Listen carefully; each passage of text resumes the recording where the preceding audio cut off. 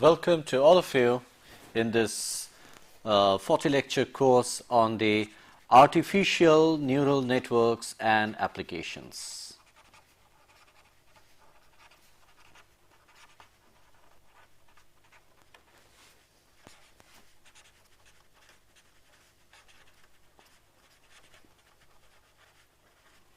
The subject of artificial neural networks has matured to a great extent over the past few years, and especially with the advent of very high performance computing, the subject has assumed a tremendous significance and has got a very big application potential in very recent years.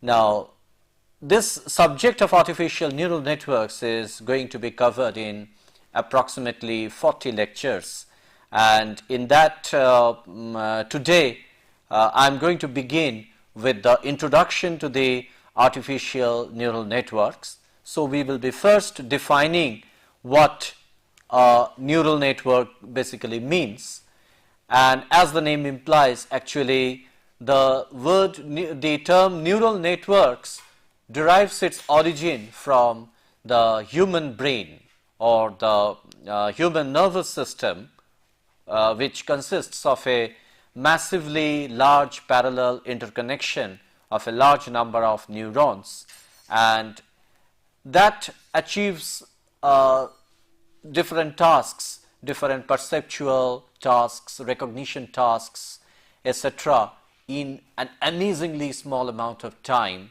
okay, even as compared to today's very high performance computers.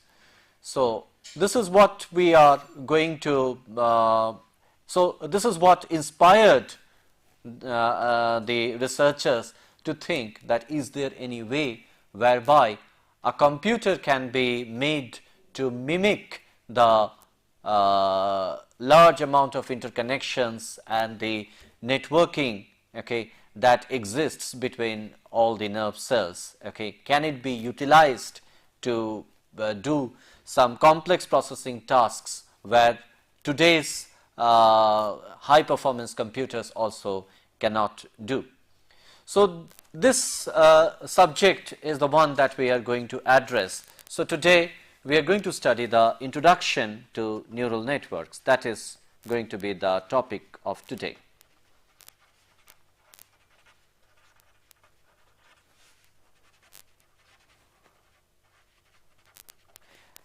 And specifically we are going to address the introduction to artificial neural networks.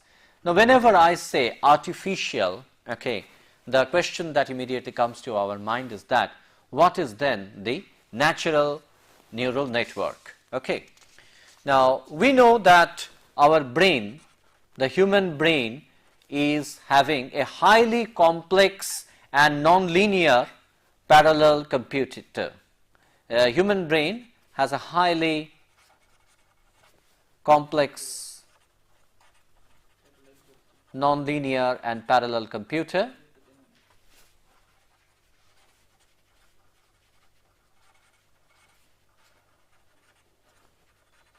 and this can organize its constituent structural elements. So, its structural constituents of human brain, they are known as neurons, and the neurons are interconnected not in a very simple way, but in a rather complex way, so complex that many of the things we do not know yet. Okay. Say if we have got a large number of such neurons or nerve cells, okay, which carry out the processing, they will be interconnected typically in a highly complex manner, okay, between each other, okay, and there will be connections which exist from one neuron to the other, and that is how a network is realized, okay, and this network is, as told, it's highly complex as well as nonlinear and is massively parallel, okay, because our human brain has got typically billions of nerve cells, okay, with trillions of such interconnections existing. Okay. Now, let us understand something which we could give as an example. Let us say a familiar task of recognition. Whenever we meet a person, okay, a person who is known to us, we can recognize that what's the name of that person, because he must be a friend of ours, he must be some known person, and we will be able to tell that who he is whenever we meet him. And how is it that we are going to do it?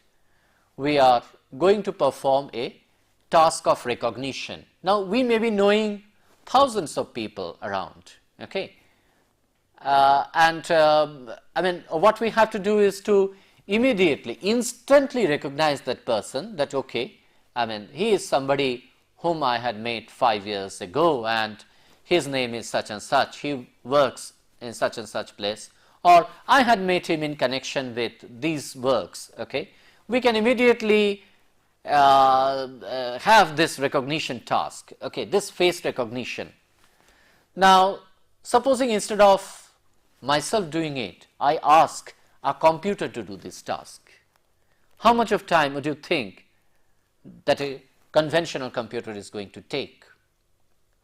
It's not going to be a very easy computation for a computer, because firstly that you know that person, but the computer doesn't know that person.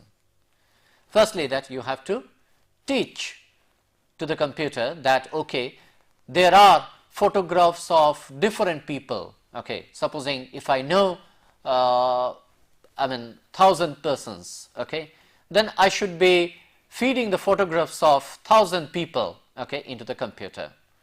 Now, I meet a person, okay, so I now capture his photograph, okay, and then I feed to the computer that okay, now you try to match the present photograph with all the 1,000 photographs that you are going to have in the database. Now, the computer is meticulously do that task, okay.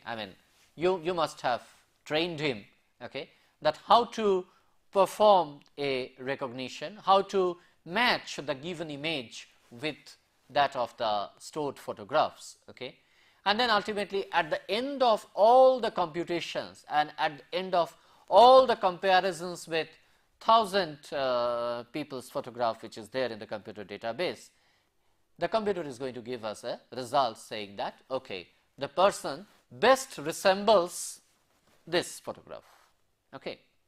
Now, this could take quite a long time, okay, maybe a few hours, or who knows, maybe several hours. That would all depend upon how many such images are we having in our database. If our database is very large, okay, if we want to track down a person from a collection of, let us say, 10,000 images, 100,000 images, then the task is going to be really complex, because then so many comparisons are involved.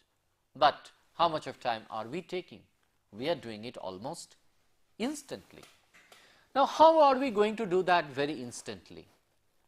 Is it that the computational capability that exists in the humans, okay, is it enormously different from the way a computer is doing?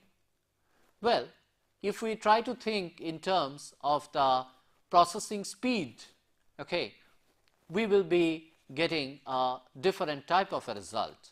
Like today's silicon ICs, we know, okay, its response time is expressed in terms of nanoseconds. A nanosecond is time which is 10 to the power minus 9 of seconds. Whereas, if we are looking at the processing speed of a human neuron, okay, that may be 5 to 6 orders slower than that of typical ICs, okay, and that may take several milliseconds, and milliseconds, as you know, is 10 to the power minus 3 seconds.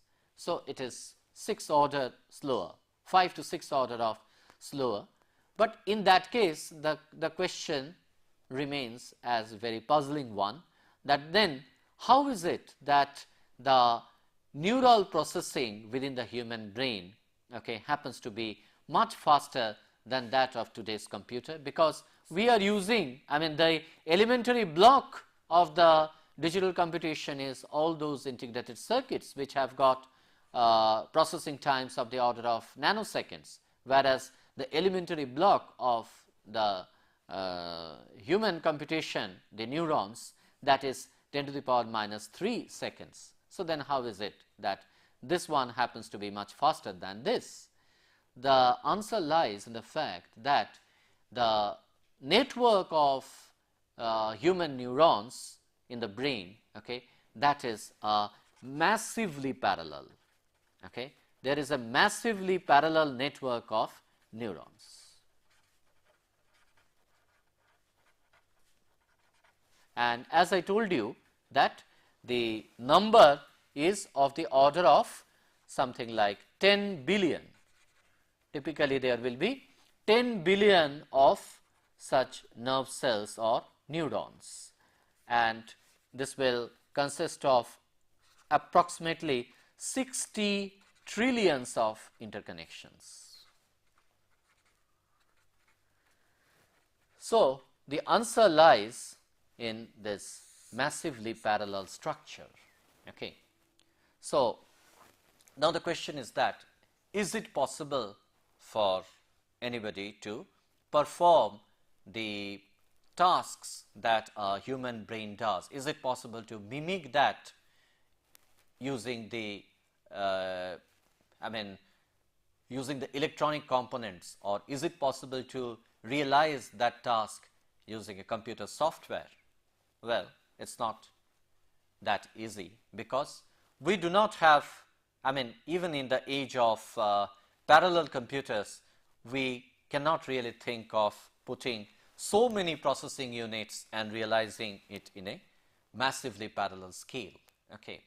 All that we can do within our limitation is that we can interconnect a network of processors, no doubt, and rather than considering the structure of a human brain in totality, okay, we can only try to mimic, okay, a very small part of it, an extremely small part of it, okay, in order to do some very specific task.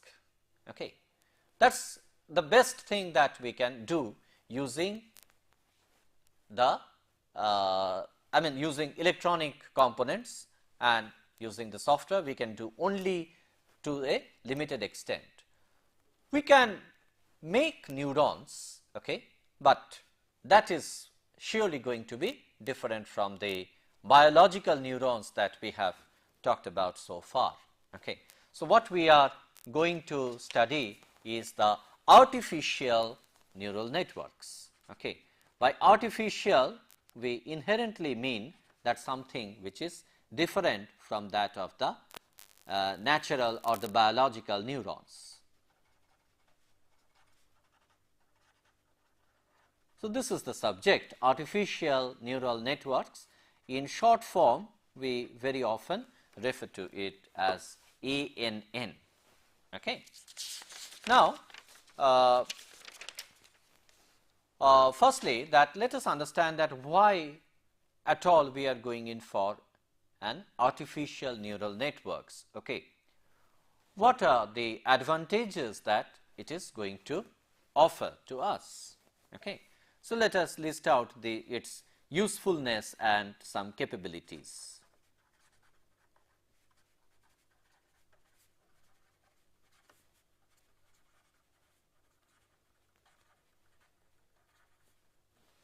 Number one, that it exploits the nonlinearity.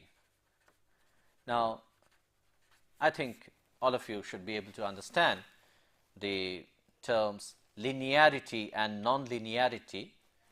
Basically, if there is a system, okay, where we give a set of inputs and we expect some output out of it, in that case we call the system to be linear if the relation between the output and the input can be best described in terms of a simple linear equation. If there are, let us say, 4 inputs and 1 output, then if the output is a linear combination of all the 4 inputs, then naturally the system is linear. Whereas if we if we can write the output only in terms of not only the linear terms, okay, but also its higher order terms, in that case the system is no longer linear, the system becomes non-linear. Okay. Now, lot of times for simplicity we consider linear computational models, but if we are looking at the real life problems, most of the real life problems, they happen to be highly nonlinear in nature. So, for that purpose we need nonlinear computational units as well, and the neurons are the ones that happen to be nonlinear. So, what we have got here is an interconnection of nonlinear neurons. So, in artificial neural networks we have got an interconnection of nonlinear neurons. And another thing which should be noted is that the nonlinearity is distributed throughout.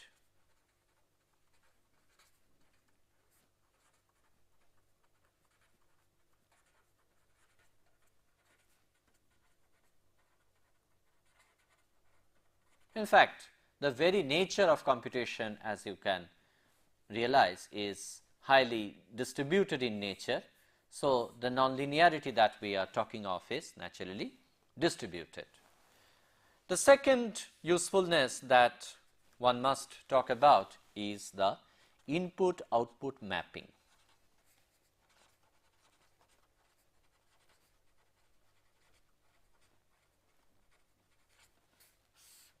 You see that you are providing some input to the system, and in response you are going to get some output. Okay. Now, I mean, we can go in for a learning mechanism, a learning where a teacher is involved, in which case what we do is that we feed the inputs and then we also say what the expected output is going to be. So, in other words, we are specifying that for a given input what is going to be the output or the desired response.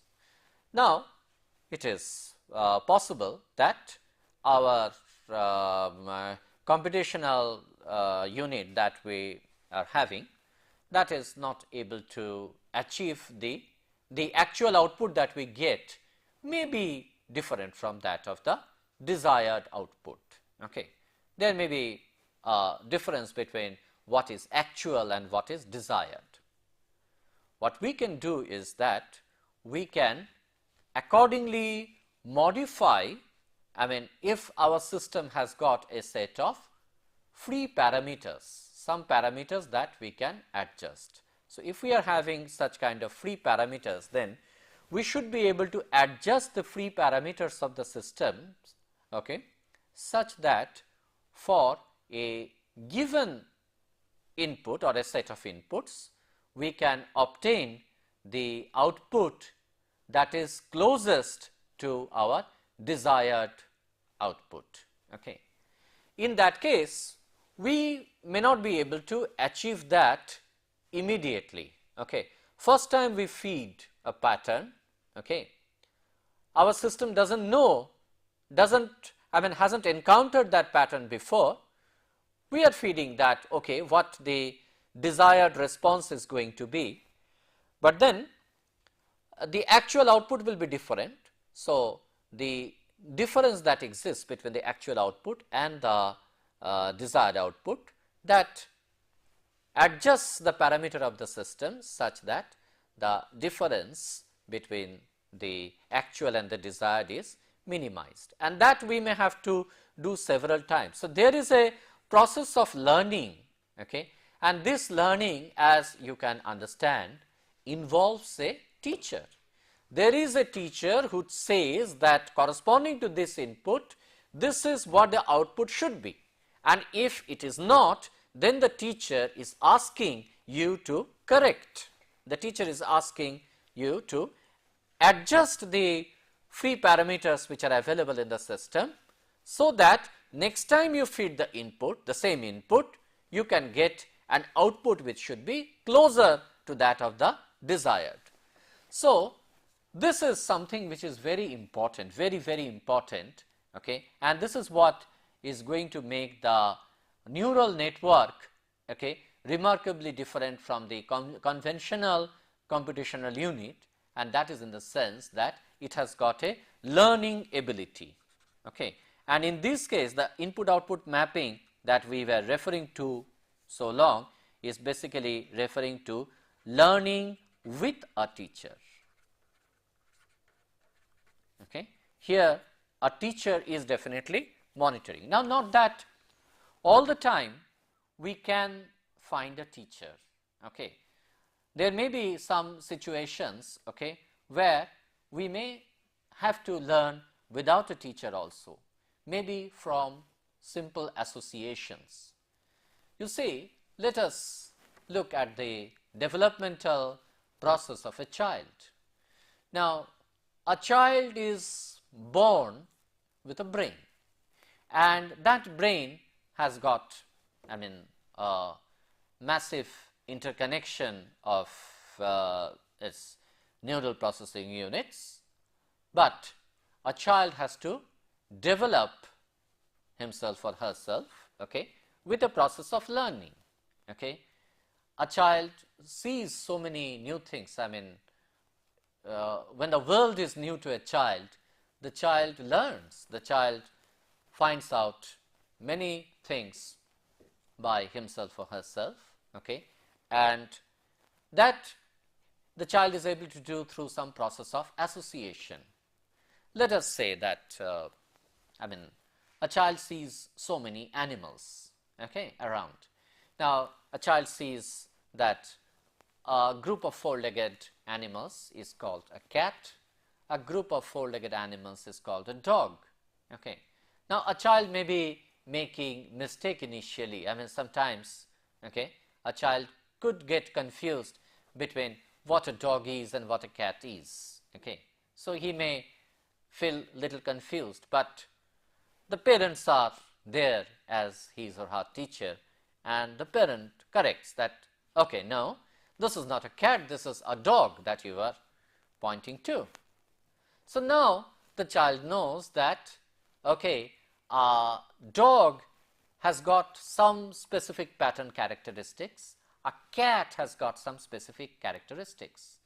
So, when he sees more number of cats and he sees more number of dogs, then it is possible for the child to distinguish that, okay, this category of four-legged animals are cats and this category of four-legged animals are dogs, okay. Now, a lot of times a child learns by himself, okay, I mean, through associations, okay. He makes mistakes, he explores a lot of things on his own, he makes mistakes, he corrects. So, learning, we have got two types of learning, learning with a teacher and learning without a teacher, or a sort of auto association that takes place. Now, the third thing that one has to talk about the characteristics of the neural networks is what is called as adaptivity, okay. Now, the neural networks, they can adapt their free parameters to changes in the surrounding environment. So, these can adapt the free parameters. In fact, I mean some of you may be feeling little confused that what exactly do I mean by the word free parameters. Okay. I will come to that later on. Actually, in respect of the human brain, the free parameter basically refers to what is called as the synaptic connection, and it all is tuned by the strength of the connections, but we will come to that later on. So, at the moment let us accept this word free parameter, okay, where the explanation of that would come little later, or if it is not clear through this lecture, naturally with the next few lectures you will be able to automatically understand this. Okay. Now, this can adapt the free parameters, okay, to the changes in the surrounding environment.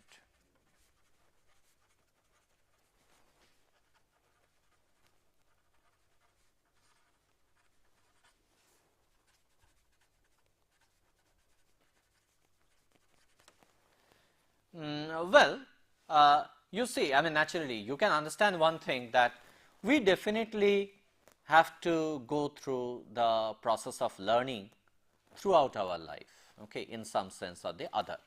Now, the world that was there during our childhood, okay, is not the same world that we are seeing today. There are so many changes, okay, so much of developments have taken place in the scientific and technological world.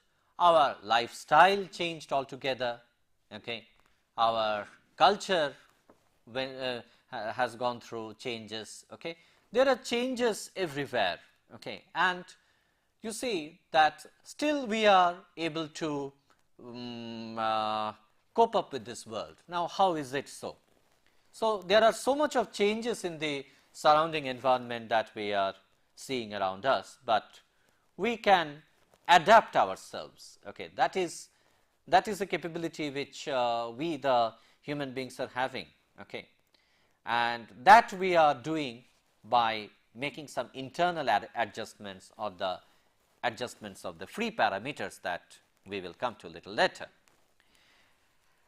Another characteristics of the neural networks is that it not only gives us the response. Now, response I was referring to, basically what I said was that there is some kind of, when I was talking of the input to output mapping, okay, there is a definite input that we are feeding and we are expecting some response, okay, or the output from it. Now, at the end of learning, okay, it is able to get the correct response, but a neural network can not only report what the response is, but it can also tell that it is the response with what confidence level. So, in that we can say that the neural network is able to give what is called as evidential response. Okay.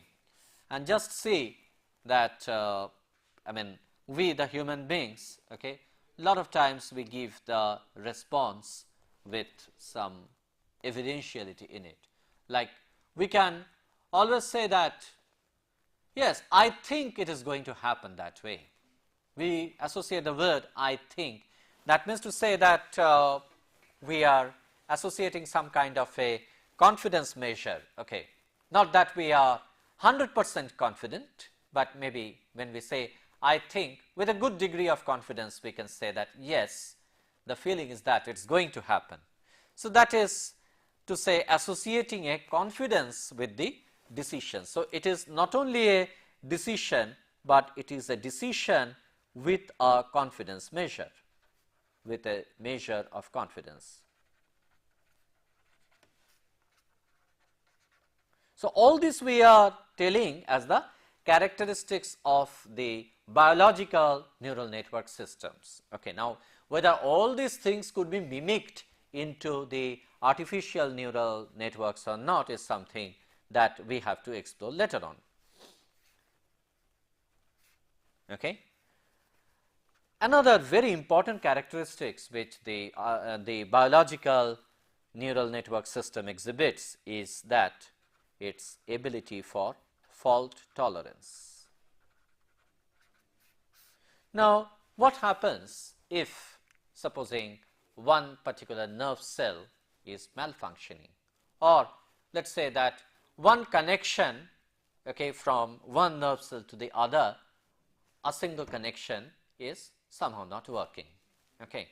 Is it so that our entire nervous system is going to collapse because of that? No. We can still carry on with our normal activities without any noticeable change. Okay.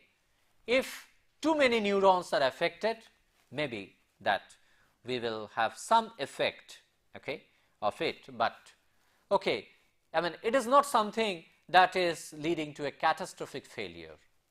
Whereas, I mean, unless you built in some fault tolerance into the computer system, okay, you know that unless that is purposefully built in, then I mean, the failure of one processing unit could very often lead to a disaster. The entire computer system can collapse, or the entire network can collapse. I mean, this sort of catastrophes can happen, whereas with the biological neural networks, okay, if some neuron malfunctions or if some connections are malfunctioning, okay, all that it leads to is some kind of a degradation in the performance, certainly not a catastrophic failure, and that degradation is what is called as graceful degradation.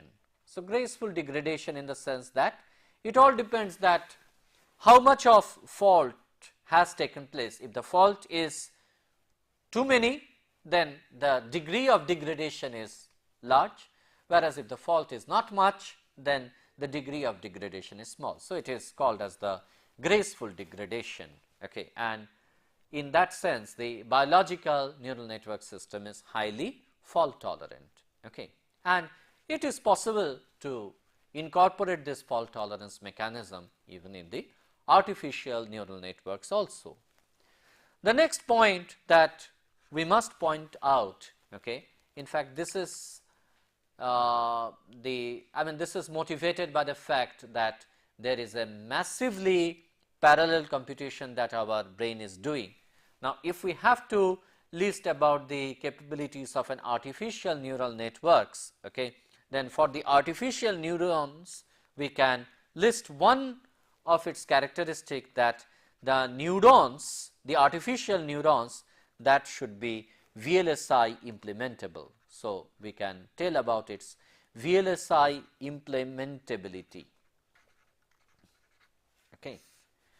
By this, what I mean to say is that using the very large scale integrated circuit, it is possible to integrate a large number of neurons together. Now, naturally, we cannot think of integrating 10 billions of neurons. If we could do that, then we could have mimicked the human brain completely, but we cannot do that much. But as I was telling you, that if it is utilizing a network of artificial neurons, okay, to do some particular task, okay, some particular application, then naturally, I mean, we could be able to do that, okay, using the VLSI implementation, and in fact it is possible that way because the neurons are absolutely parallel computational unit. Now, the neurons which are existing in a system, which are forming a network, they can all do independent computation, okay. I mean, it is, one is of course dependent upon the others, but there is a large number of parallelism. I mean, there is a good degree of parallelism that is involved with it, and in fact when we see the particular neuron structures, okay, in the subsequent lectures, okay, this aspect will be more and more clear to us, okay. And then coming to the basic motivation of the artificial neurons, okay, another point that we should say is its neurobiological analogy. Now, everything, as I was telling you, was motivated by the biological neural network system. Okay. So, these 7 points, okay, are basically dealing with the properties of neurons, but all these properties, okay, could be imparted to the artificial neurons as well. Okay. They are the properties which the biological neurons fulfill, and they are the properties which the artificial neural networks also can be made to fulfill, starting from the aspect of nonlinearity, the input output mapping or the learning mechanism, the adaptability. Okay. The adaptability is a thing which we can do, but even an artificial neuron also can be made adaptive, okay, if we train it that way. Then coming to the evidential response, there also we can train a neural network, artificial neural network to do that. The fault tolerance, the VLSI implementation, and primarily that everything is biologically, neurobiologically motivated. Now, we should, I mean, before going into the depth of the artificial neural network, okay, we should see the structure of the human brain. Okay. Now, rather than drawing a human brain, okay, we will be considering a typical nerve cell, okay, which we refer to as a pyramidal cell, okay, and that should look something like this. Let us say that, okay, now here we draw what is called as a cell body. So, supposing this is the cell body, and with that we now connect the following. We connect a thing which is called as axon, okay, and these axons are basically acting like transmission lines, the lines that can carry electrical signals, okay.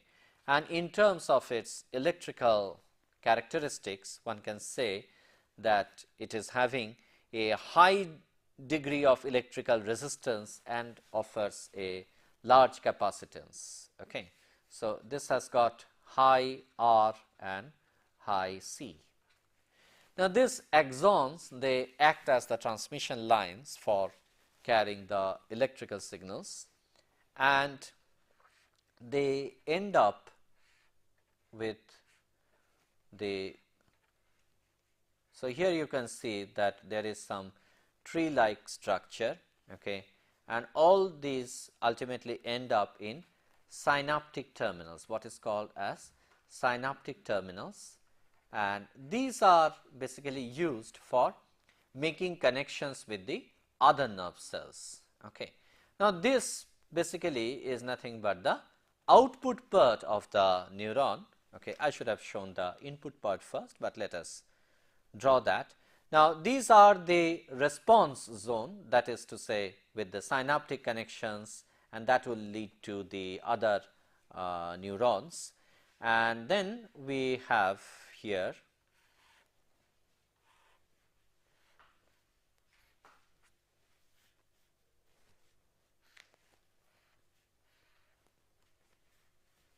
this is referring to the receptive zone, and we call this as basal dendrite, okay, which is basically referring to the receptive zones from which we can get the inputs, okay. So, these are the basal dendrite, and then we have the apical dendrites. In fact, as compared to the axons, the dendrites are having more number of branches. Okay. Whereas dendrites are much smaller as compared to axons. Now, typically these lengths, the lengths of axons are much larger than that of the dendrites. So, these are the apical dendrites, and this ultimately would be connected to the synaptic inputs. So, these are all going to synaptic inputs, so that it can receive signals from the other neurons. So, you see that this is the complete what is called as the pyramidal cell. So, now the pyramidal cell as shown here, this can receive synaptic inputs from other neurons, okay, and these will basically carry the signal all to the cell body. Okay. So, here the processing part will be done, where all these inputs will be combined, and how they are going to be combined? They will be combined in accordance with the strengths of these connections. Now, all the connections are not of the same strength. Some connections are very strong and some connections are weak. Now, if the connections happen to be very strong, in that case the signals also, the signal strength also will be large there. Like here, if this connection is strong, then the signal that will be contributed by this input will be much more than if this happens to be a weak synaptic link. In that case, the signal coming from here will be weaker, the signal from this may be weaker. So, like that, the strength of the synaptic connections will decide that ultimately what signal, what is the net signal that will come to the cell body as the net input. Okay. Now, that will ultimately decide that what the response is going to be, and the response will be transmitted through the synaptic terminals to the other neurons. So, it has got a set of inputs, this is also connected to a set of outputs, because ultimately this is one pyramidal cell which is considered, okay, within a very large, massively parallel network of neurons. Okay. Now, as I was referring to the free parameters sometimes back, the free parameter essentially refers to the strengths of these synapses. Now, as I was telling you that every input is associated with some synaptic strengths, its connection strength. Now, supposing, okay, initially there is some a priori connection strengths that one can take, and then accordingly there will be some response, and that response could be different from that of what is desired. So, if the actual response is different from that of the desired, naturally we have to adjust the internal parameters of the nerve cell. And what is that internal parameter?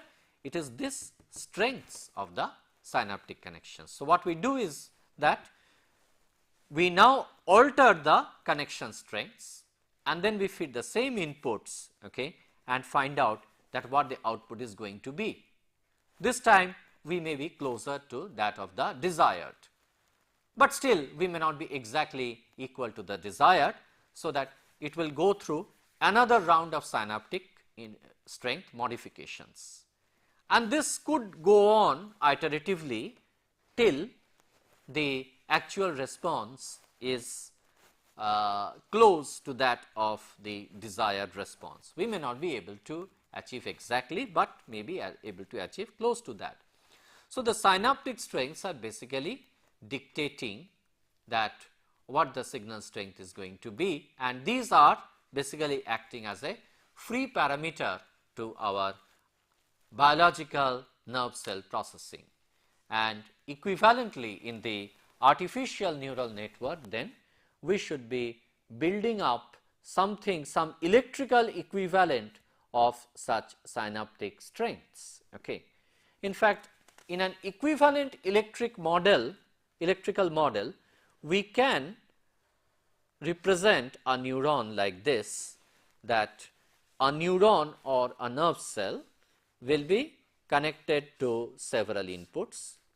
Let us say that these are the inputs, and it will be again connected to one or more than one outputs, and these inputs will be connected to the nerve cell through some strengths of connection, and we may be indicating the strengths of the connection.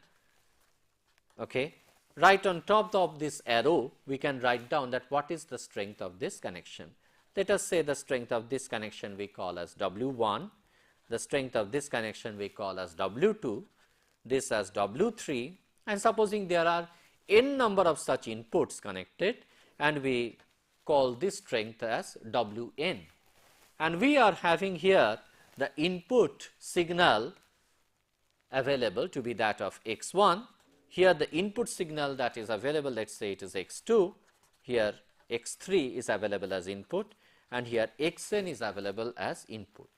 So, here what happens is that the net signal that will be available at this neuron is going to be x1 into W1 plus x2 into W2 plus x3 into W3 plus so on up to xn into Wn. There are n number of such neurons that is interconnected. So, this unit will be summing up all these responses, but then this is a linear summation, but ultimately do we want a linear summation? No, we must be wanting some decision out of it, that whether yes or no, or a decision which is, more quantifiable. We do not want this computation alone. So, in order to arrive at a decision, this must be followed up by some nonlinear processing unit. Okay. There must be some nonlinear unit that will follow this summation, okay, and effectively the output that will be available at the output of that nonlinear unit, whatever we have, is going to be our output of the neuron. Okay. Now, if that output is different from that of what is desired out of it, then what we have to do? We have to simply change the strengths of this connection. We have to change W1, W2, W3 up to Wn, so that with this same set of inputs, with the input still remaining at x1, x2 up to xn, we can then obtain an output that is close to the desired response. Okay. So, this is the equivalent model. So, this is the biological model of a nerve cell, okay, with its inputs and outputs, and this is the equivalent electrical model. In fact, we will be considering such equivalent electrical models of artificial neurons, okay, in our course. Now, we give you an idea about what we are going to study in this course. So, our lecture series will be divided into some specific modules. So, as the course content, we can say that we will first begin with the models of artificial neurons. Okay, that is what we are going to cover from the next day, models of artificial neurons. And then we are going to consider the learning mechanism, the different mechanisms of learning, the supervised learning, the unsupervised learnings, okay, the different conditions for learning, the auto associations, and all these things we will be seeing in this chapter. And then we will come to what is called as the single layer perceptrons. In the single layer perceptron, what we will be doing is that we will be considering a network of neurons where we will be having the neurons organized as just a single layer. So, we will be having the inputs, then we will be having a layer of neurons, and then we will be having the outputs, and the layer that is available is a single layer. Whereas, this idea is later on extended to achieve what is called as the multi-layer perceptron, where other than the input and the output, okay, we are going to have some intermediate layers of processing. Okay. So, that is the realization of multi-layer perceptron, which we will see. In fact, we will be seeing that the single layer perceptron models have got a lot of limitations, and those limitations can be overcome using the multi-layer perceptrons. Then after studying the multi-layer perceptrons, where one can use the multi-layer perceptrons to solve what is known as the problems which are not linearly separable. They can be solved using multi-layer perceptron, and they can also be solved using what is called as the radial basis function networks. That also we are going to cover in this lecture series. And then we are going to study what is known as the principal component analysis, okay, which is based on the eigenvalue decomposition technique, and we will see that how a neural network can be very effectively utilized to perform the eigenvalue decomposition and to project given data into the eigenspace, okay, for the purpose of dimensionality reduction. And then we will come to a class of unsupervised or self-organizing networks, okay, which is called as the self-organizing map.